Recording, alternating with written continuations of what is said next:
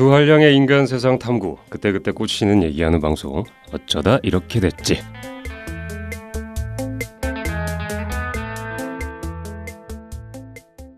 안녕하세요. 두 한량 중 시간이 지나고 나니 더 이해되는 량이입니다. 안녕하세요. 두 한량 중 시간이 지나고 나니 더 승질나는 감자입니다. 오늘도 목적지를 알 수 없는 수다 타임, 어쩌다 이렇게 됐지. 줄여서 뭐죠? 어쩌지? 시작하겠습니다. 레디 액션!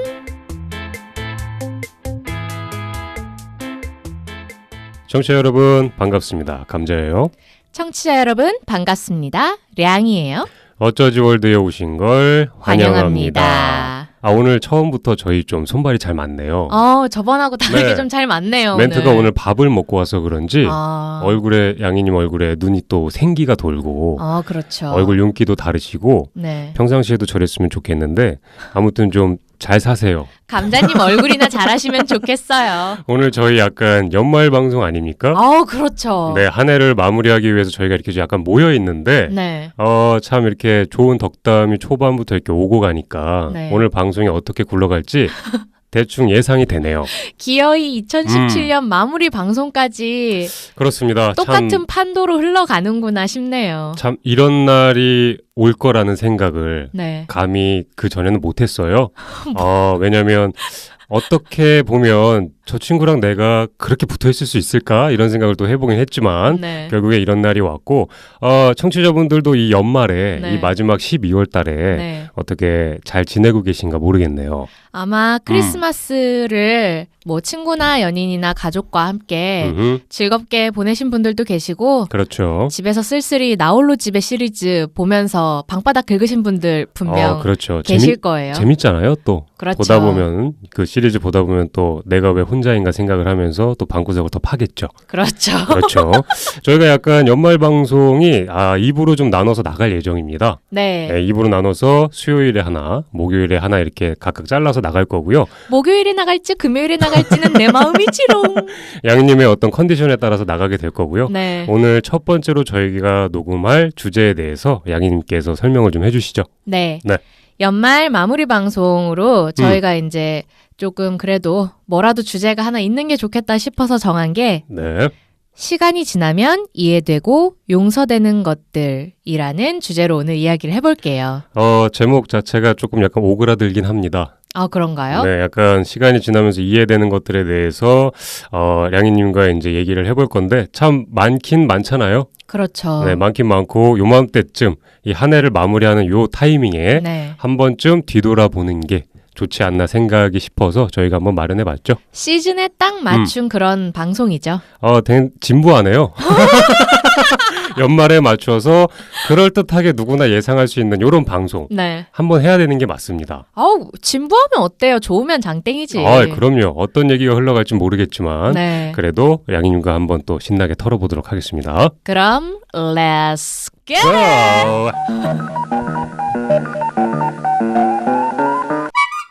청취자 여러분, 2017년 어쩌지 연말 방송을 함께 청취하고 계십니다. 그렇습니다. 자, 벌써 한 해가 뉘엿뉘엿 저쪽 서쪽 하늘로 지고 있네요. 저걸 잡으려고 했는데 잡을 수가 없어서 참 안타깝네요. 이미 뒤돌아보니 늦었어요. 나는 왜 이러고 있고 내 나이는 왜 이렇게 먹었고 죄송합니다. 그런 게 아니고요. 자, 일단 시작의 본론으로 들어가기에 앞서 각자 이제 시간이 지나면서 이해되는 것들에 대해서 저희가 얘기를 해볼 거예요. 제가 감자님한테 먼저 질문을 드려볼게요. 좋습니다. 우리가 뭐 엄청 되게 오래 산 건 아니지만 그래도 어느 정도는 좀 살아왔잖아요. 어느 정도 살았을까요? 저희가 한 3분의 1 정도 살았다고 좀 보면 되겠네요.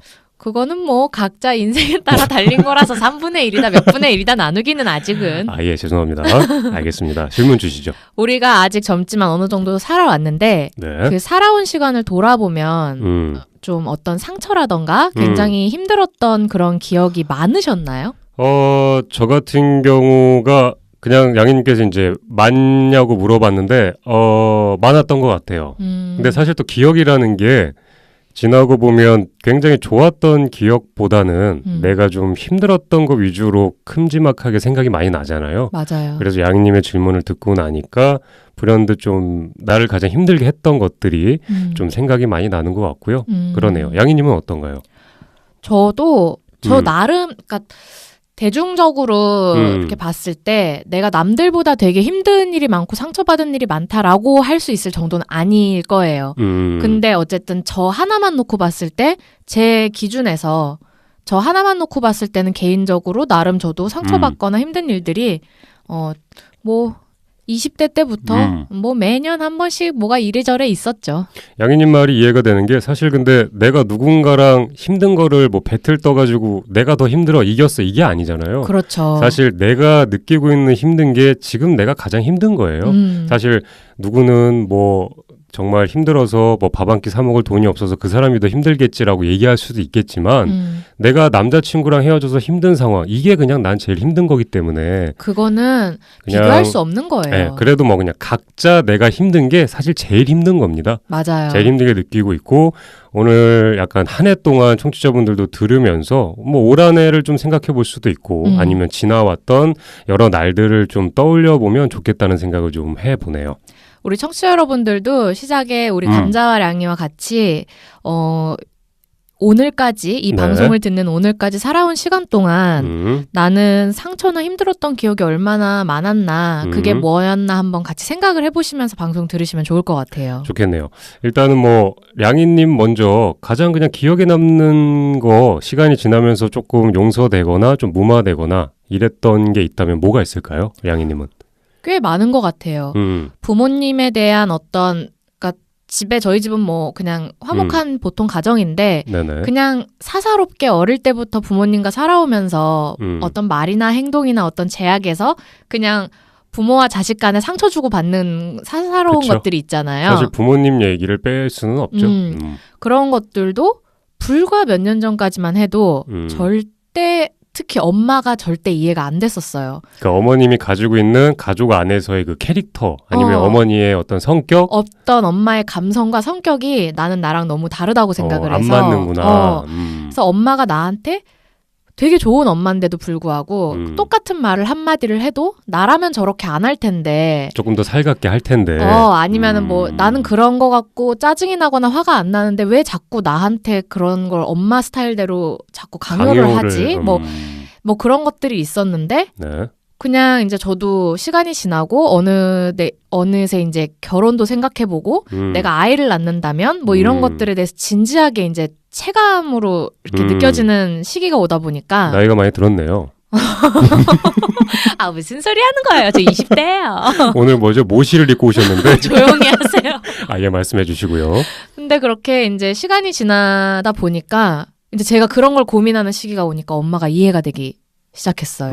나도 이제 결혼 정년기고 약간 부모님의 입장에서 생각해 볼 수 있는 이런 마음이 조금 생긴 거라고 볼 수 있는 건가요? 그렇죠. 뭐 엄마도 힘들었을 텐데 나까지 뭐 찡얼찡얼 대고 이러면 엄마가 어떻게 맨날 웃는 얼굴로 오구 왜 그랬어 뭐 이렇게 그렇죠. 뭐 알파고도 아니고 그렇죠. 매일 똑같이 그냥 감싸준다는 게 감싸주는 거 사실 한도 끝도 없잖아요. 그렇다고 해서 부모님이 그냥 좋아서 사실 내 새끼 그냥 이불 덮는 거 걷어찰 때 그냥 이불 덮어주는 게 사실 부모의 역할이긴 하지만 양희님처럼 매번 걷어차면 그걸 어떻게 매번 덮어줄 수 있겠어요? 또 몰아가는데 우리 엄마 아빠한테 가서 물어보세요. 저는 아주 인증을 받은 사람이에요. 어떤 그 공식 기관이 있나요? 인증받는? 우리 엄마 아빠가 참 네. 얘는 속 안 썩이고 참 그냥 곱게 잘 이렇게 따라달라고 하면 따라주고. 그럼 따지고 보면은 겉으로 드러난 속은 아직 못 보신 거네요. 공식적으로 속 썩인 건 아니고 이제 혼자서 양님이 속 썩인 걸 부모님은 이제 모르고 계신 상황이네요. 어쨌든 두 분 다 편안해서 다행이네요.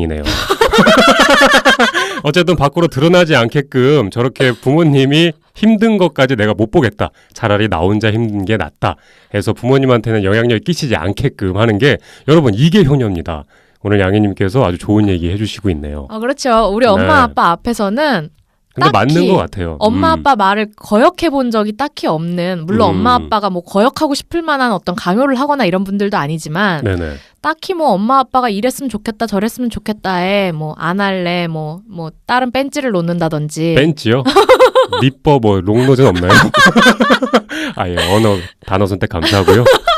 그런 게 잘 들어주는 타입이잖아요. 사실 부모님이 이렇게 해라 저렇게 해라고 했을 때 사실 양희님 같은 경우도 옆에서 이렇게 봐보면 그냥 군말 없이 약간 듣는 스타일이에요. 왜 우리 지난 방송에 나는 왜 눈치를 볼까 이런 얘기 했잖아요. 네네. 근데 저도 그러니까 막 되게 어디 가서 막 눈치 보고 주눅 들고 이런 성격은 아닌데 그 방송을 이제 제가 하고선 들으면서 생각해 보니까 부모님이 나한테 눈치를 주진 않았는데 내가 부모님 눈치를 많이 봤구나. 그래서 단 한 번도 속 썩일 일을 안 만들고 하다못해 학교 다닐 때 교복을 되게 줄이고 싶었는데 나도 엄마가 하지 말라 그러니까 단 한 번의 저항도 없이 알았어. 안 할게. 나는 못하는 거다. 이렇게 이 정도로 말을 잘 듣고 지냈던 게 좀 순종적인 면이 있었네요. 학창 시절에. 그것도 결국은 눈치를 봤던 게 아닌가 싶더라고요. 그 학창 시절에 순종적이어서 내가 참아왔던 걸 지금 약간 터뜨리고 계신데 그러면 약간 부모님한테 큰 어떤 운석 같은 거 하나를 떨어뜨려 줄 수도 있다는 생각은 혹시 안 해보셨나요? 아직 엄마 아빠가 몰라요. 잘.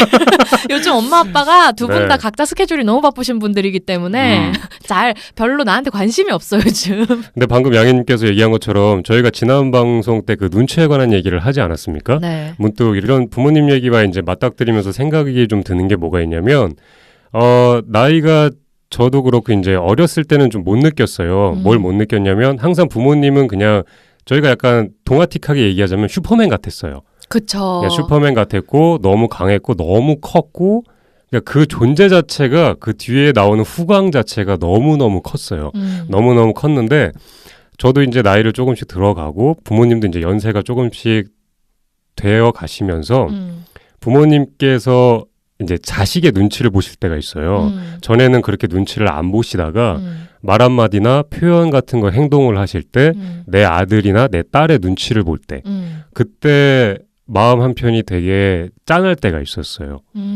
예전에는 정말 강하셨던 분이고 예전에는 자기 주장이 좀 확실하셨던 분인데 자기 자식들 앞에서 그런 것들을 좀 숨기고서 이제 자식들 위주로 이제 많이 맞춰주시는 걸 보면서 참 이런 것도 시간이 지나다 보니까 이렇게 많이 바뀌고 또 그런 상황에서 자식 입장에서 부모님한테 살갑게 대하는 게 아니라 오히려 나도 왜 그랬지라는 생각이 들 정도로 그 당시에 좀 약간 무시하고 이랬던 것도 있어요. 엄마는 그것도 몰라? 아 맞아. 아빠는 중2병 그것도 꼭 오잖아요. 몰라? 왜 그걸 몰라서 왜 그렇게 해? 왜 이런 식으로 해? 라면서 사실 부모님들 세대가 저희보다 뭐 IT 기기를 많이 다루거나 하시는 게 아니잖아요.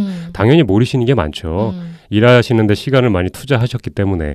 근데 그런 상황을 다 떠나서 옆에서 그냥 편하게 해주는 것만 생각이 딱 들어서 그 순간 부모님이 뭘 모르면 이걸 왜 모르냐라는 식으로 말하는 제가 어느 순간 보이는 거예요. 저도 이제 순간 놀래서 바로 사과를 드리거나 했었어야 되는데 그 순간이 또 지나가고 집에 오는 길에 또 생각나고 맞아요. 그러면서 또 굉장히 미안했던 적도 있고 맞아요. 저도 최근에도 있었던 것 같아서 갑자기 또 죄송스러운데 미안해요 어머니. 근데 네. 진짜 그렇더라고요.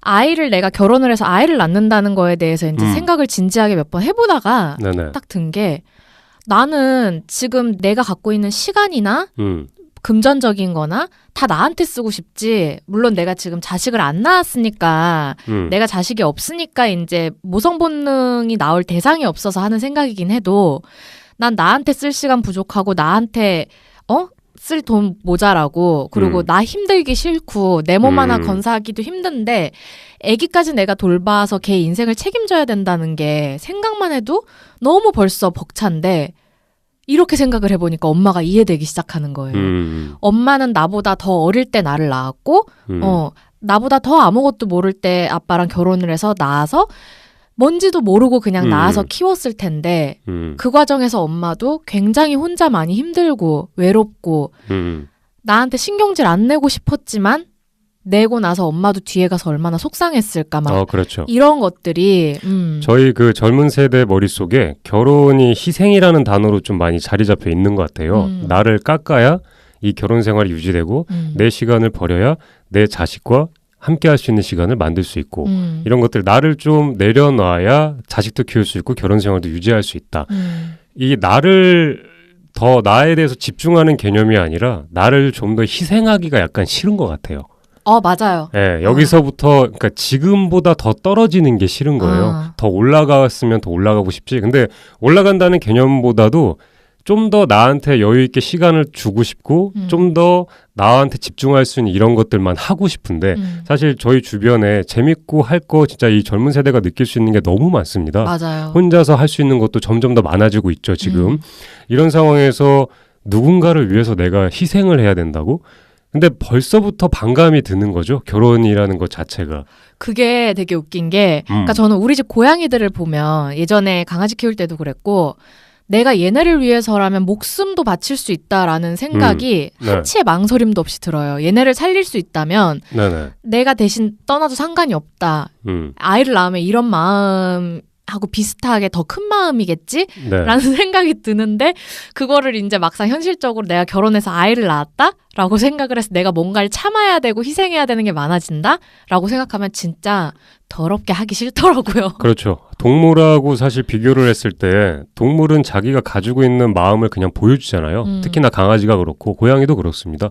집에서 사는 동물은 자기가 지금 어떤 상태인지를 그냥 아무 꺼리낌 없이 다 보여줘요. 그렇지만 사람은 그 속마음이 어떤 갈래로 다른 쪽으로 갈지를 감잡을 수가 없어요. 실제로 맞아요. 많이 연애를 하면서 그 감잡을 수 없는 마음 때문에 상처 굉장히 많이 받잖아요.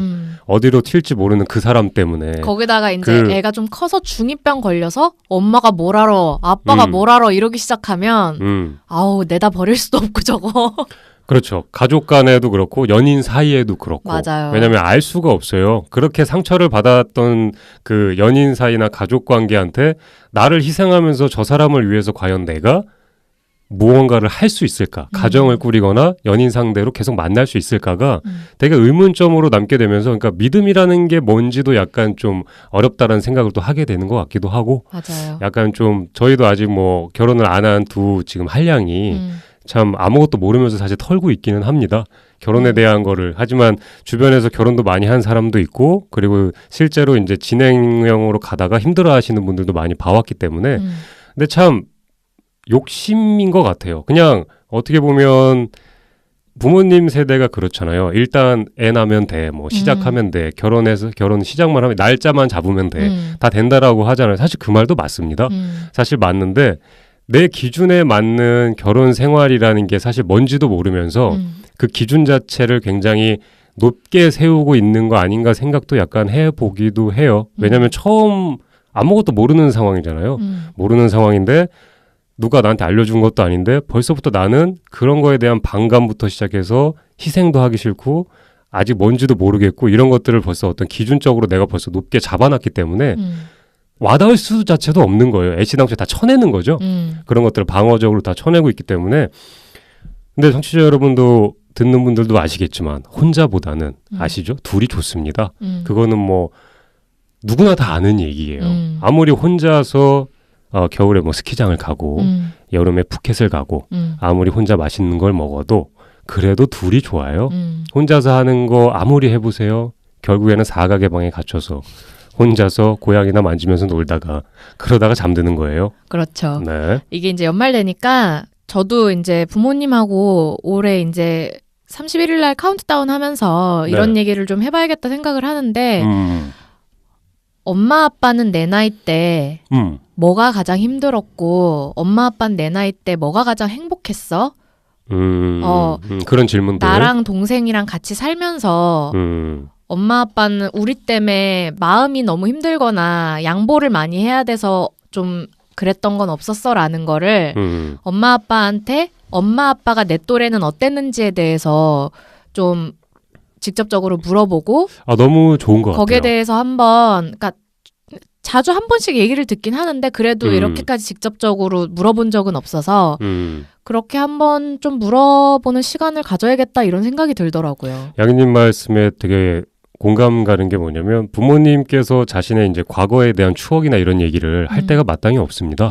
친구분들을 만나거나 이렇게 한다고 해서 내가 예전에 뭐 이런 얘기 하기 되게 어려워요.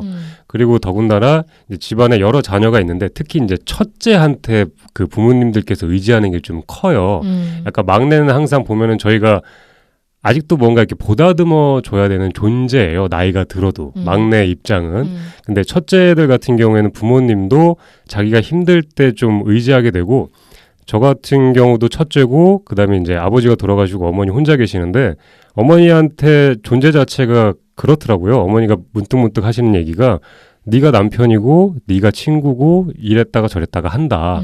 그러니까 의지 자체를 그렇게 첫째한테 하시기 때문에 양님 말씀처럼 부모님과 함께 부모님에 대한 얘기를 할 수 있게끔 그 질문을 만약에 던지게 되면 확실히 그 사이가 되게 가까워지는 것 같아요. 맞아요. 서로 대화가 오고 가면서 더 가까워지기 때문에 하실 건가요? 연말에? 할 거예요. 어떤 식으로 질문할 건가요? 방금 얘기한 그대로요. 엄마 아빠는 내 나이 때 무슨 고민을 했고 엄마는 아빠 만나기 전에 누구 만났어? 뭐 이런 건가요? 그건 이미 알고 있기 때문에 아빠는 어떤 여자랑 첫사랑이야? 뭐 이런 거요? 각자 저한테 엄마한텐 비밀이야, 아빠한텐 비밀이야 라고 하면서 저한테 각자 얘기를 해주셨기 때문에 공개적으로 그 TV 앞에서 보신각 칠 때 그런 얘기하면 되게 좋겠네요. 두 분 아빠 첫사랑은 지금 살아있어? 뭐 이런 그런 얘기 같은 거나 뭐 굉장히 좀 화목해지지 않겠습니까? 그래서 엄마 아빠가 내 네. 또래 때 어땠는지에 대한 얘기를 좀 올 연말에는 좀 거기다가 저는 아빠가 올해 이제 네네네. 또 환갑 그렇습니까? 파리를 하셔야 되기 때문에 앞자리가 이제 바뀌신 걸 축하드리면서 그때 또 한번 그런 얘기를 아빠의 여태까지 60년의 인생은 어땠는지 저희 그럼 환갑잔치로 저희 MC 가나요? 오실래요 MC? 저희 가가지고 뭐 해야 되는 거 아닙니까? 1월 초에 제가 초대장 드릴게요. 괜찮네요. 네. 가가지고서 좀 아버님의 어떤 첫사랑을 찾아서라는 프로그램 같은 걸 하면서 미쳤어요? 죄송합니다. 우리 부모님 얘기는 여기까지 하기로 하고 네. 그걸 제외하고 이제 그냥 우리 또래에서 겪는 인간 관계에서 네. 좀 이렇게 시간이 지나니까 내 마음속에 상처나 독이 됐던 게 좀 이해되고 용서됐던 게 있는지. 또래라고서 일단 양님께서 말씀을 해주시니까 그냥 생각나는 거는 문득 친구 관계가 갑자기 생각이 나네요. 그러니까 어릴 적 같은 경우에는 진짜 못 모르고 그냥 이것저것 하면서 놀 때가 굉장히 많았는데 시간 지나면서 그때는 그냥 어울려서 노는 게 되게 그냥 자연스러워서 그 친구가 어떤 성향이고 어떤 성격인지를 제대로 파악하지 못하고 놀 때도 되게 많아요. 그런 식으로 10년 이상 친구인데도 그런 경우 맞아요. 많아요. 그러니까 맞아요. 정확하게 저 친구가 어떤 친구인지도 모르고 일단 근처에 살고 일단 뭐 중고등학교를 같이 나왔고 이러니까 그냥 오래 알고 지냈으니까 그냥 자주 보는 친구였는데 시간이 지나면서 나이를 먹으면서 저 친구의 성격이 원래 그랬구나. 저 친구가 원래 저런 식으로 싫어하는 감정이나 이런 것들을 표현을 하는구나. 근데 문득 이런 거예요. 그런 게 나랑 이렇게 안 맞는구나. 그러니까. 네, 안 맞는 걸 전에는 몰랐는데 살아오면서 그 캐릭터가 조금 더 표면 위로 선명하게 드러나더라고요. 그렇죠. 나이를 먹을수록 나이가 먹을수록 자기 아이덴티티가 확실해지니까. 그러면서 오히려 이제 마음에 맞는 친구가 예전에 많았다면 지금은 저도 이제 많이 없더라고요. 그렇게 동성 친구는 특히 더 맞아요. 5손가락 안에 들 정도로 많이 없어졌어요. 그렇게 왜냐면 서로가 이제 캐릭터가 확실해지기 때문에 점점 없어지는 것 같고요. 양희님은 어떤가요? 저는 이제 뭐 친구 사이보다 저는 이 주제에 대해서 확실히 연애했던 기억이 많이 떠오르더라고요. 그럼요. 연애를 하면서 저도 연애를 뭐 되게 많이 하진 않았지만 되게 적게 한 것도 아니기 때문에 거의 뭐 그 축구팀 한 팀 정도 조용히 죄송합니다. 네, 12? 죄송합니다. 한 3번 해봤어요. 3번이요? 조용히 조용히 해, 조용히 해. 월드컵을 3번 죄송합니다. 말씀해 주세요. 여러분 감자님 말에 휘둘리지 마시고요. 2002년부터니까 조용히 하라고. 알겠습니다. 근데 그럴 때들이 있었어요. 이제 헤어지자고 할 때 저 사람이 도저히 이해가 안 되고 용납이 안 되고 나한테 어떤 상처를 준 것들이 용서가 안 되니까 헤어지는 건데 그렇죠. 그 다음 연애나 다다음 연애를 할 때 아니면 몇 년 뒤에 생뚱맞게 한참 지난 다른 연애에서 갑자기 내가 그 사람의 입장이 되거나 그 사람같이 행동하거나 생각하고 있을 때가 있는 거예요. 역할이 내가 싫어했던 모습이 역할이 바뀌어서 나한테 보여지는 거죠? 나는 그게 저 사람 성격이고 저 사람이기 때문에 그런다고만 생각을 했는데 어릴 때는. 그렇죠. 그래서 내 성격하고는 절대 안 맞고 나는 이해할 수 없고 용서가 안 되라고 생각을 했는데 내가 상황이 그 사람하고 비슷해지다 보니까 나도 그러고 있는 거예요, 상대방한테. 예를 들면은 좀 어떻게 보면 약간 이기적인 모습이 되게 싫어가지고서 좀 질렸는데 다른 연애를 할 때 내가 그 사람처럼 이기적인 행동이나 이런 모습이 보일 때가 있잖아요. 아니 진짜 대표적인 예만 해도 뭐 어떤 남자친구를 만났을 때 자기가 하는 일에 열정이 많은 사람이라 모든 게 그게 우선순위고 너무 근데 만나서도 그 얘기만 하고 일에 대한 얘기만. 그게 너무 좀 짜증나고 지쳤던 적이 있었는데 되게 그러니까 무감정해 보이고 그러니까 사람이 어느 날인가는 제가 처음 일 시작했을 때 제가 그러고 있는 거예요, 상대방한테. 연인의 상대한테 나도 지금 바쁘고 하니까 일에 집중했을 때 똑같은 오로지. 모습을. 그리고 내가 일하는데 앞에 깜짝으로 꽃다발을 들고 찾아오거나 이랬을 때 반가운 게 아니라 일하는데 찾아오면 어떡해. 공과사 구분 못해? 막 이러고 있고 내가. 그리고 일하는데 정신이 팔려서 기념일 같은 거 챙기는 걸 좋아하는 성격인데 기념일인지 뭔지 아무것도 모르고 있다가 당일날 됐는데 남자친구가 조용히 편지랑 꽃을 주길래 오늘 이거 왜 줘? 이렇게 하고 집에 가서 열어봤더니 기념일이다라고 써 있어서 막 등골에 소름 끼치는 거예요. 어떻게 전혀 몰랐어 막 이러면서. 그러면 약간 시간이 지나고 보니까 그때 나한테 이런 모습도 보였었는데 그 친구가 했던 모습이 나한테 이렇게 투영돼서 나왔었는데 그런 것들이 좀 이해되기 시작하는 거네요. 그렇죠. 뭐 상대방한테 뭐 자기 기분 나쁘다고 말을 뭐 좀 쏘아 붙이는 것도 말을 왜 저렇게 해? 꼭 저렇게 해야 돼? 라고 하는데 나도 어떤 상대한테는 그렇게 할 때가 있죠. 있고 사실 막 저희가 캐릭터가 내가 어떤 성향인지 확실하게 알고서 누군가를 만나는 것도 사실 드물잖아요. 그리고 그 환경에 맞춰서 그 사람의 어떤 직업에 맞춰서 그리고 내가 지금 일할 수 있는 어떤 뭐 내가 지금 직업이 있다면 있는 거에 맞춰서 없으면 또 없는 거에 맞춰서 그때그때 맞춰서 연인 상대가 굉장히 많이 바뀌기는 해요. 나도 달라지는데 만나는 상대는 아예 다른 사람들이고 이게 모든 게 시간과 그리고 각자의 캐릭터와 각자의 상황들의 여러 가지가 버무려지는 거잖아요. 실제로 저 같은 경우도 가장 외로울 때 있지 않습니까? 사람이 연애를 조금 더 오래 쉬거나 가장 외로웠을 때 근데 그 외로운 시기가 연애가 끝난 다음에 3개월, 4개월 그때가 가장 외롭고 그 시간 지나면 오히려 편해요. 가장 외로운 시기가 있어요. 헤어진 직후가 바로 그때죠. 그때가 가장 또 뭔가 이렇게 위험한 시기이기도 합니다. 누군가를 쉽게 맞아. 누군가한테 쉽게 마음을 주고 맞아. 누군가한테 쉽게 상처를 받을 수가 있는 시기이기도 해요. 그 당시에 연애를 해본 적이 있는데 확실히 빠져들기가 너무 좋아요. 그러니까 왜냐면은 결핍이 있는 상황이잖아요. 전에 연애에서 꽉꽉 채워진 것들이 지금 결핍 상태로 남아있는데 누가 한두 달 만에 나타났어요. 그럼 빨리 채워야 돼. 이러면서 나한테 맞는지도 모르고 내가 진짜 좋아하는 것도 모르고 일단 같이 있고 싶은 거예요. 그쵸. 그냥 네. 나의 이 불안정함에 해소하고 싶어서. 누가 딱 껴주면 일단 일시적으로 안정적이잖아요. 그렇죠. 네. 다시 예전으로 돌아간 비슷한 기분을 느낄 수가 있어요. 근데 결국에 헤어지고 나서 보니까 내가 그때 그랬던 건 진짜 일시적으로 정말 내가 너무 외로운 이 마음이 그냥 그 사람한테 향했던 거구나. 그럼 따지고 보면 이런 마음가짐 상태로 내가 그 사람을 만났던 거구나. 저 사람의 진짜 잘못이 아닌 거구나. 내가 저 사람이 진짜 좋아서 대시를 했었어야 되는데 그게 아니라 그 사람은 오히려 그렇게 생각했을 수 있죠. 내가 좋아하니까 대시를 받았다라고 생각할 수 있는데 그게 아니라 나는 이 헛헛한 내 마음을 해결하려고 그냥 그 사람한테 대시를 한 거일 수도 있겠구나. 지나고 나서 이런 생각이 드니까 그 당시에 헤어지는 과정이 조금 더 안 좋게 됐어도 다 이 상황을 내가 만든 거구나. 내가 만든 거지. 그 사람이 나한테 그 사람 캐릭터가 이상해서 그 사람이 성격이 지랄 맞아서 나한테 그런 말을 했던 게 아니라 이런 상황 자체를 만든 건 전부 다 결국엔 나구나. 그렇죠. 둘이 같이 만든 거고. 그렇죠.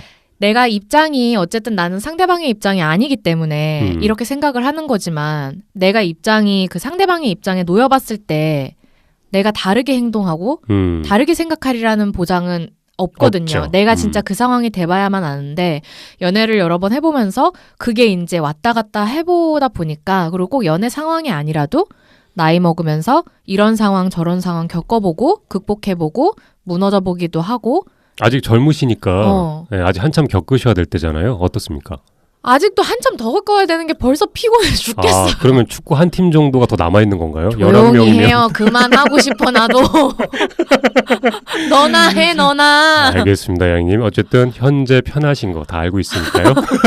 잘 이어가시길 바라면서. 근데 어쨌든 네. 그렇게 연애를 하면서 저는 정말 그냥 개인의 문제라고 생각을 했는데 이게 정말 상황과 입장에서 그 관계에서 오는 상호작용의 문제일 수도 있다는 거를 충분히 깨달았고 상대방이 그쵸. 내 앞에서 늘 주눅이 들어있다고 했을 때 저 사람은 왜 이렇게 맨날 주눅이 들어있어? 자신감이 없어? 매력 없어? 저런 사람 왜 이렇게 찌질해?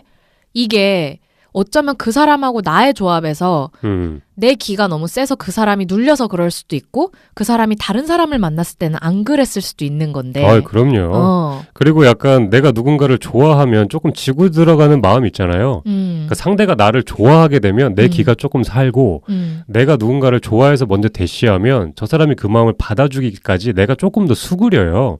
이상하게 네, 그런 게 있어요. 남녀 사이에 갑과 을 같은 게 없다곤 하지만 연애에는 묘하게 있죠. 네, 조금 있어요. 그거를 뭐 수치로서 정확하게 표현은 하지 못하지만 둘 사이가 더군다나 내가 약간 느끼고 있죠. 내가 을인지 내가 갑인지를 스스로가 느끼고 있기 때문에 근데 그런 것들을 좀 해소하면 저는 좋을 것 같아요. 사실 갑을 관계보단 누구보다 나를 조금이라도 더 많이 알아야 될 게 지금 내 연인 상대예요. 오로지 전부 다를 좀 알아야 될 게 연인 상대고 전부 다를 보여줬을 때 안 맞으면 어쩔 수 없이 헤어져야 되는 거죠. 근데 헤어진다는 게 안 맞아 내 잘못이야가 아니라 그냥 안 맞으니까 헤어져야 되는 건 당연한 거죠. 사실 이해하고 용서하고 하고 자시고 할 게 없죠. 할 게 없는 거예요. 이거는 뭐 정답이 없는 거죠. 그러니까 나 같은 캐릭터가 있으면 저 사람 같은 캐릭터가 있는데 두 캐릭터가 만났는데 이게 약간 시너지가 안 나는 거예요. 당연한 거예요. 그럼 다른 캐릭터를 만났을 때 시너지가 날 수도 있는 거죠. 근데 보통은 이제 이해 안 돼. 용서할 수 없어. 쟤는 나한테 왜 그래? 그래서 헤어지는 거야가 많이 되죠. 그렇죠. 이게 성격 문제야. 뭐 문제야? 나는 잘못한 거 없어. 내가 좀 지랄 맞은 거 뭐 이럴 수 있는데 내가 지랄 맞은 걸 수도 있어요. 그렇죠. 그렇죠. 그러니까 사람이 약간 헤어지고 났을 때 그 관심이나 이런 그 이유 찾는 거를 상대방한테 찾으려는 게 좀 있는데 그게 아니라 사실 온전히 나한테서부터 시작된 어떤 잘못이 있을 수도 있는 거예요. 감자님은 그런 거 느껴본 적 없어요? 저는 이렇게 시간이 지나면서 내가 지난 날에 대해서 돌이켜봤을 때 안 좋게 생각했던 어떤 사람들에 대해서 내가 너무 이해가 가고 그렇기 때문에 너무 이해가 가기 때문에 내가 용서하려고 굳이 안 해도 그냥 다 사르르 녹아서 용서가 돼버렸고 나의 상처에 대한 게 이랬을 때 약간 희열을 느끼거나 이런 거 없어요? 희열보다 안도감을 느꼈던 적이 있어요. 그 케이스가 저는 딱 한 예가 있는데 그냥 아버지를 이해했을 때 전에는 그 어렸을 적에는 아버지라는 존재 자체를 이해할 수가 없었어요. 저는 약간 그 아빠라는 말을 해본 적이 없어요. 그러니까 그게 살가운 단어잖아요. 네. 아빠, 이게 살가운 단어인데 저는 태어나서 그 얘기를 해본 적이 없었어요. 그럼 어릴 때부터 아버지라고 불렀어요? 안 불렀어요. 그러니까 부르는 거 자체를 안 했어요. 그러니까 식사하세요, 밥 먹으세요. 그러니까 명칭을 안 불렀어요. 그러니까 그만큼 싫었어요. 명칭을 입에 담을 정도로 싫었던 중고등학교를 제가 보냈어요. 보내고 나서 군대라는 걸 가고 그 안에서 이제 아버지와 함께 편지를 이제 주고받는 시간들이 있었어요. 네. 편지를 주고받으면서 뭘 느꼈냐면 어렸을 때 못 모르고 결혼한 그냥 나이 어린 남자였던 거예요. 따지고 보면. 네, 그냥 나이 어린 남자예요. 어렸을 때 자기가 결혼하고 싶어서 결혼했던 게 아니라 못 모르고 떠밀려서 결혼한 그냥 어린 남자애가 그거를 유지하기 위해서 자기 성격은 그렇지도 않은데 자기는 자유분방한 성격이고 그렇게 태어난 사람도 아니고 장남으로서 살기도 싫었는데 억지로 그 삶을 꾸역꾸역 살다 보니 모든 것들이 자기한테 너무 버거운 거예요. 그거를 편지를 주고받으면서 알게 된 거예요. 그냥 남자로 보이더라고요. 되게 철없는 남자, 힘들었던 남자, 못 모르고 결혼했던 남자. 맞아. 네, 그런 걸로 딱 보이니까 이건 뭐 이해하고 자시고가 할 게 없이 저도 그 사람하고 똑같은 세대를 살았잖아요. 부모님은 사실 저희보다 더 일찍 결혼을 하셨고요. 만약에 내가 아버지 나이 때 똑같이 저렇게 결혼을 했다면 나는 어떻게 살았을까? 이런 생각이 또 들기도 하면서 양이님처럼 아까 희열을 느낀다고 하셨는데 희열도 좀 느끼는 게 맞아요. 희열도 느끼고 그 다음에 그냥 아무것도 아닌 그 내 안에 남아있던 분노, 상심 이런 게 정말 모래알의 바람에 흩어지듯이 그냥 싹 흩어지면서 그냥 남자구나. 그니까요. 네, 그냥 남자고 아버지는 그냥 남자예요. 그리고 어머니는 그냥 여자예요. 우리가 나중에 누군가와 결혼해서 아이를 낳으면 우리가 바로 그 엄마 아빠가 되는 건데 그렇죠. 애들은 우리의 자식들은 우리를 엄마랑 아빠로 보겠지만 남자 여자로 보기는 근데 우리 자신이 우리를 봤을 때는 그냥 나라는 어떤 객체지. 그렇죠. 누구의 엄마고 누구의 아빠로서 인생을 다 살고 싶은 건 분명 아닐 거란 말이죠. 사실 아빠 엄마라는 타이틀 처음 하는 거죠. 누구나 처음 합니다. 아들 딸도 타이틀 처음이에요. 처음부터 이 가족 안에서 이 구성원이 잘할 수 있는 거 이거 말도 안 돼요. 다 처음이에요. 지금 가족 구성원으로 넷이서 셋이서 혹은 다섯이서 만난 거 이 인생에 처음 만난 거예요. 근데 여기서 우리 아버지는 꼰대야. 우리 엄마는 고지식해. 이거를 나눌 필요가 없는 거예요. 다 처음이니까 못하는 거예요. 그죠? 처음부터 잘하는 사람이 뭐 말이 안 되잖아요. 그냥 뭐 잘할 수도 있겠죠. 그냥 뭐 이해심이 넓으시고 뭐 좀 베푸시고 뭐 잘할 수도 있다는 개념이 있을 수 있는데 못하는 게 당연하고 마음에 안 드는 게 당연한 거예요. 그리고 자기도 우리 같은 세대를 겪으면서 큰일 안 난다는 걸 알고 살아왔지만 그렇죠. 또 내 자식 새끼를 보듬을 때는 그게 또 걱정이 앞서니까 그 우려에 그렇죠. 하는 여러 가지 행동들이 자식한테는 본의 아니게 억압과 상처가 될 수도 있고 그런 것들이 부모님도 그냥 20대, 30대의 젊은 나이 때 하나의 여자고 남자였기 때문에 벌어진 상황들인데 그게 이제 우리도 나이를 먹으니까 이제야 그나마 이제라도 좀 보이기 시작해서 맞아요. 진짜 다행인 거죠. 부모님 입장에서 사실 자식하고 쿨하게 친구로 지내고 싶습니다. 허울 없이 편하게 친구로 지내고 싶어요. 근데 그 방법 누가 알려주지를 않아요. 그니까. 그리고 내가 난 자식의 마음 열기가 얼마나 힘들까요? 나랑 똑같은 애예요. 짜증나. 생각해보세요. 나랑 똑같은 애의 마음을 내가 열어야 돼요. 그 열쇠 어디 있을까요, 여러분? 찾을 수가 없습니다. 부모님 입장에서 한번 생각해보세요. 나 지금 소름 끼쳤어. 순간 만약에 제 아들이 사춘기인데 내가 쟤랑 친구처럼 지내야 된다고 생각해보니까 갑갑해요. 어디서부터 어떻게 시작해야 될지를 모르겠습니다. 진짜 미칠 것 같아요. 나 지금 이 얘기하니까 갑자기 생각났어. 우리 엄마 아빠 20, 30대 진짜 죽도록 피곤했겠구나. 그렇습니다. 그러니까 마음 아프게는 하면 안 되는데 쟤를 잘못 건드리면 더 삐딱선 탈 것 같은데 근데 나한테 얘기라도 하기는 해야 되는데 그럼 나는 과연 어떤 접근 방법을 써야 될까?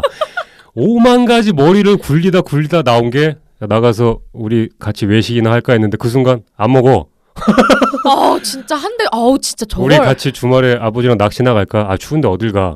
이렇게 되는 거예요. 부모님께서 손 한번 내민 그 서툰 거 하나가 나한테는 쿨하지 못한 방법이고 나한테는 와닿지 않는 방법이에요. 근데 부모님은 진짜 머리 많이 써서 내뱉은 나한테 다가가기 위한 딱 한마디였던 거죠.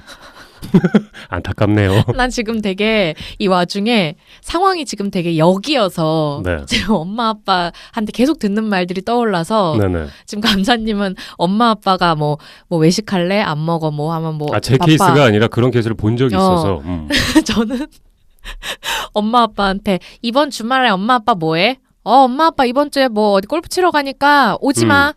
그래? 그럼 다음 주는? 엄마 아빠 뭐 볼링 대회 나가야 되니까 오지 마. 그럼 그 다음 주는 엄마 아빠 각자 무슨 뭐 가고 어디 가서 바빠. 그럼 나랑은 언제 볼 거야? 그러네요. 어떻게 보면은 부모님을 괴롭히는 게 양이님일 수도 있네요. 그러면서 부모님께서 저거는 지가 알아서 좀 잘 놀지 왜 저렇게 사람을 피곤하게 하나 뭐 이런 생각을 할 수도 있겠네요. 그래놓고 그렇게 해서 안 가면 자기네가 바빠서 못 봐놓고 나한테 너 요즘 왜 집에 안 와? 오지 말래매. 바쁘대매. 그렇습니다. 차라리 부모님이 그렇게 바쁘게 활동적으로 잘 지내시는 모습을 보면 또 뿌듯하기도 하죠. 약간 이게 보니까 사람이 타고나길 그릇이 넓게 타고나는 사람도 분명 있을 거예요. 천성적으로. 양희님은 뭐 양은 냄비인가요? 죽을래요? 죄송합니다. 뭐 그러면 감자님은 뭐 소주잔인가요? 아, 소주잔이 그래도 소주는 많이 담았으면 좋겠네요. 네, 뭐 소주 병이라도 많으면 좋겠네요. 계속 먹게요. 담기라도 하면 다행이죠. 그러게요. 감사합니다. 네. 네. 근데 어쨌든 타고나길 그렇게 그릇이 좀 넓게 타고나는 사람도 분명 있을 거예요. 천성적으로. 근데 네네. 웬만한 사람들은 어릴 때는 모든 게 다 내 작은 그릇 안에서만 보이기 때문에 그렇죠. 그게 친구든 연인이든 가족이든 어쩔 수 없는 것 같아요. 저 사람이 하나의 뭐 감자고 량이고 뭐 누구고 누구고가 아니라 나를 중심에 두고 나의 엄마, 나의 아빠, 나의 친구. 개체를 이제 독립적으로 보는 게 아니죠. 나의 남자친구이기 때문에 모든 걸 나의 중심으로 두고서는 그 사람을 인식을 하니까 네네. 내가 상대들을 소유물이라고 생각하는 것까지는 안 가더라도 저 사람들을 객관적으로 놓고 보는 게 아니라 내 이기적인 마음을 중심에 두고 자꾸 평가하고 판단을 하니까 맞네요. 이해가 안 되고 용서가 안 되는 건데 그렇죠. 정말로 여기에 대해서 우리가 이렇게 사람 관계를 맺으면서 한 번씩은 멈춰 서서 나와 관련된 선상에서의 저 사람이 아니라 저 친구는, 엄마는, 아빠는, 저 연인은 그냥 한 사람의 독립된 개체로 봤을 때 진짜로 뭘 원하고 그럼요. 어떤 상황이고 나한테 말하지 않고 드러내지 않는 어떤 상황들이 있을 수도 있고 그런 것들이 있지는 않을까 한 번씩 좀 생각을 해보고 정말로 구체적으로 드러나지 않아도 뭔가 사정이 있었을 거고 그럴 이유가 있었을 거라고 좀 그 당시에도 꼭 시간이 지나고 나서 이렇게 내가 입장이 바뀌어서 겪어보지 않아도 그 당시에도 한 번씩 이렇게 관계에서 멈춰서서 생각을 조금 해보고 이런 게 확실히 필요하긴 한 것 같아요. 양희님 말씀이 정말 좋은 말이에요. 진짜 좋은 말이라서 생각을 해보고 사실 뭐 내 그릇이 점점 넓어져서 그 사람이 독립된 개체로 보여서 이제 나의 위주로 그 사람을 평가했던 감정이 아니라 그 사람이 원래 가지고 있던 성향이나 이런 것들이 하나씩 보이기 시작하는 거죠.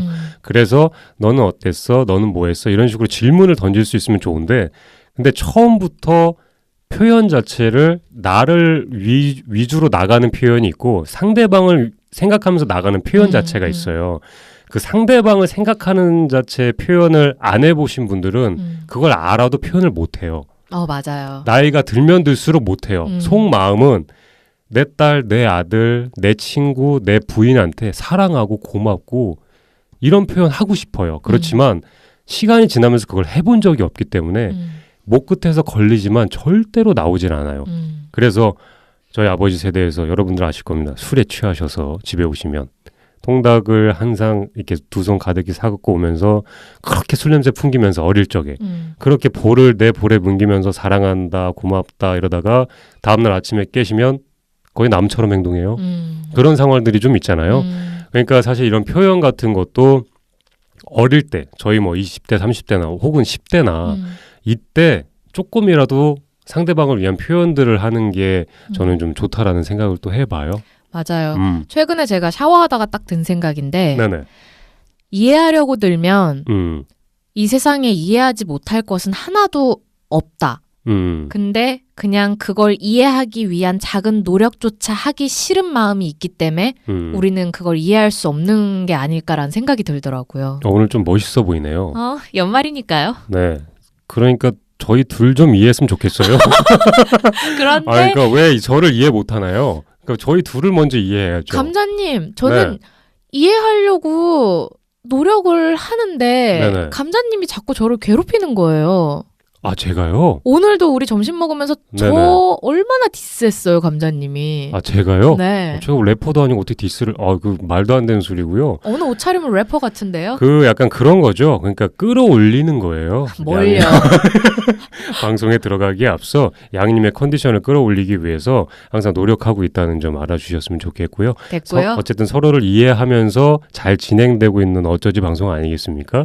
저희가 연말을 맞아서 이해를 한 건지 포기를 한 건지 모르겠네요. 여러분, 때로는 포기하는 것도 괜찮아요. 그렇습니다. 자신의 정신 건강을 위해서 굳이 안 되는 걸 꾸역꾸역 이해하려고 하면 할수록 괴로운 건 나죠. 생각해보면 우리 관계도 그렇죠. 시간이 지나면 이해되는 것들이 딱 우리네요. 1년 전에 싸우고 독한 말하고 이랬던 게 또 이해가 되고 금방 용서가 돼서 뭐 긴 말 필요 없이 그냥 둘이 전화 한 통에 깔깔 웃으면서 또 다시 아무렇지도 않게 지내고. 용서가 안 됐을 수도 있어요.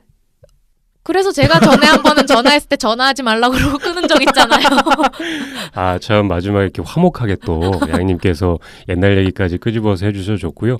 청취자분들도 아마 저희 방송 오늘 쭉 들으면서 진짜 지나간 것들에 대해서 내가 혹은 놓쳤던 감정에 대해서 아니면 나만 생각했던 감정이 혹시나 많지는 않았나 이런 것들을 좀 되돌아볼 수 있는 시간이 됐으면 좋겠다는 생각을 한번 해봅니다. 맞아요. 우리가 항상 관계성에 있는 함정에 빠져서 관계를 보는데 좋은 말이네요. 사람을 볼 때 관계성에 빠져서 보는데 내 주변에 있는 타인들을 나와의 관계선상에서 벗어나서 그 사람을 하나의 그 이름을 가진 객체로 따로 봤을 때 비로소 그 사람의 작은 거 하나라도 더 이해하게 되고 그리고 나한테 했던 말이나 행동에 상처받은 것에 대해서 꼭 그 사람과 뭐 화해를 하고 이렇지 않아도 그냥 내 스스로 그 사람이 이해가 되면서 용서가 되면서 맞아요. 내 마음의 상처가 그렇게 내 스스로가 해야 치유가 되는 것 같아요. 양희님 말씀도 맞고요. 되게 간단한 거예요.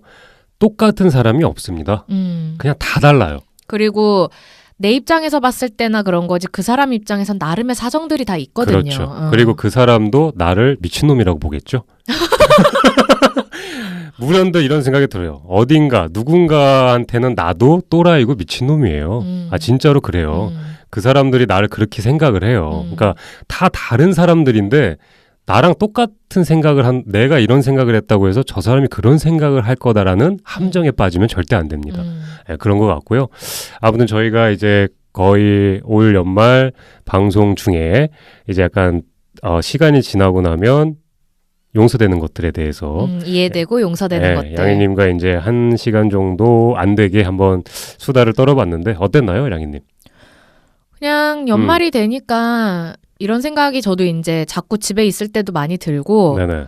그리고 참 아이러니한 게 시간이 지날수록 이런 걸 많이 깨달아요. 많이 그렇죠. 깨닫는 데에 비해서 아직도 저는 혼돈의 시기를 겪고 있기 때문에 이걸 머리로 너무 잘 알고 있는데도 불구하고 되려 예전보다 더 이기적으로 생각하고 싶은 마음이 또 한켠에 많이 치고 올라오더라고요. 조금 더 내 위주로 생각할 수 있긴 하죠. 그러니까 예전에는 이해 자체가 안 되는 게 보이지 않았기 때문에 이해가 안 되는 거지만 지금은 분명히 내 눈에 다 보이고 이해가 되지만 난 그걸 외면하고 이기적으로 살고 싶고 이런 마음이 또 올라오는데 오히려 그게 진짜 내 모습일 수도 있어요. 근데 네, 이거에 대해서 또 내년이 되고 시간이 지나면 또 뭔가 어떻게 흘러가 있겠지 싶은데 어쨌든 저는 그냥 뭐 지나간 뭐 연인이나 친구 관계에서 상처받았던 것들에 대해서는 더 이상 이제 이해가 안 되거나 용서가 안 되는 건 없어요. 네네. 그냥 다 넘어갔고 그냥 요즘 제일 크게 생각하는 건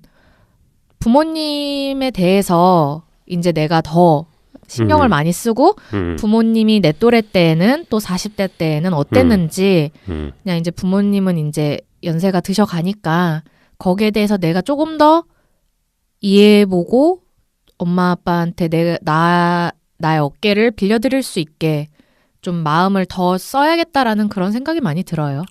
오늘 저녁 가족이 모여서 우리 어머님과 아버님의 첫사랑에 대한 얘기를 해보면 좋겠네요. 가족이 아주 화목해질 것 같습니다. 남의 집안에 황혼 이혼 끌어내고 싶은 거예요?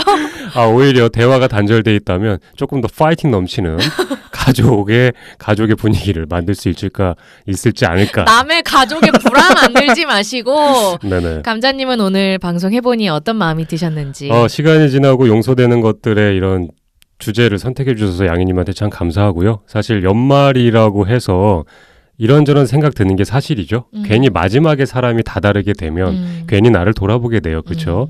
그런데 1월 1일이 되면 언제 그랬냐는 듯이 사라질 이 마음. 이 마음이 참 이기적이긴 합니다. 참 평상시에 표현하고 평상시에 단순한 것들을 좀 직접적으로 표현하면 얼마나 좋을까라는 생각을 해요. 굳이 뭐 연말이거나 이럴 때 안 해도 내가 늘 나를 위해서 좀 내가 가지고 싶은 것들로 좀 채워지는 삶 속에서 그래도 이제 한 번쯤 주변 사람들, 내 가족이나 내 친구, 내 옆에서 든든하게 지켜주고 있는 그런 존재들한테 나는 과연 어떤 게 자세를 취하고 해준 게 뭐가 있을까? 뭐 이런 생각이 들기도 하면서요. 아무튼 좀 뜻깊은 시간이었던 것 같아서 네. 감사합니다. 네, 네. 저도 감사하고요. 네. 우리 청취자 여러분들도 이제 올해가 한 일주일도 안 남았는데 요 남은 며칠 동안 내 주변에 있는 사람들에 대해서 조금 더 나와 다른 개체로 이해해보고 또 용서를 해볼 수 있는 시간을 가지시면 어떨까 싶어요. 왜냐하면 지금 얼마 안 남은 2017년 요 며칠 안에 하셔야 되는 게 또 새해 되면 어차피 멋대로 사실 거기 때문에 그렇습니다. 다 잊혀질 거예요. 어차피 한 3월쯤만 돼도 3월이 네. 뭐예요? 한 2월만 돼도 에이, 1월 한 중순 되면 다 잊혀져요. 이런 감성적인 이런 마음들 다 잊혀지니까 네. 내년에 다시 또 되게 못되고 이기적으로 살기 전에 우리 며칠이라도 그렇습니다. 타인을 딱 몇 이해하고 주만요. 몇 네. 주요? 네. 요 일주일만이라도 우리 이해하고 용서해보는 아름다운 시간을 가지면서 한 해를 마무리하도록 해요. 좋은 말씀 감사하고요. 양님께서 저희 마지막으로 메일 주소와 네. 한번 읽어주세요. 네. 네. 저희 소통할 수 있는 메일 주소는요. ajjj0211@naver.com이고요. 저희 블로그도 있어요. 네이버에 팟캐스트 어쩌다 이렇게 됐지 검색하셔서 블로그 이렇게 걸리는 링크 통해서 들어오셔도 되고 뭐 팟빵이나 팟캐스트, 파티, 유튜브 댓글이나 후기란에 네. 많은 소통 부탁드리고요. 저희가 이번 주에는 연말 특집으로 내일이나 모레쯤 방송이 하나 더 나갈 거예요. 네, 한 주에 2개의 방송이 업로드가 될 겁니다. 좋아요와 하트를 꾹 눌러주시면 저희가 연말에 굉장히 따뜻할 거예요. 그러니까 네. 우리 하루나 이틀 뒤에 연말 아무 말 대잔치로 신나는 마음으로 다시 만나요, 여러분. 네, 청취자 여러분 오늘 감사합니다.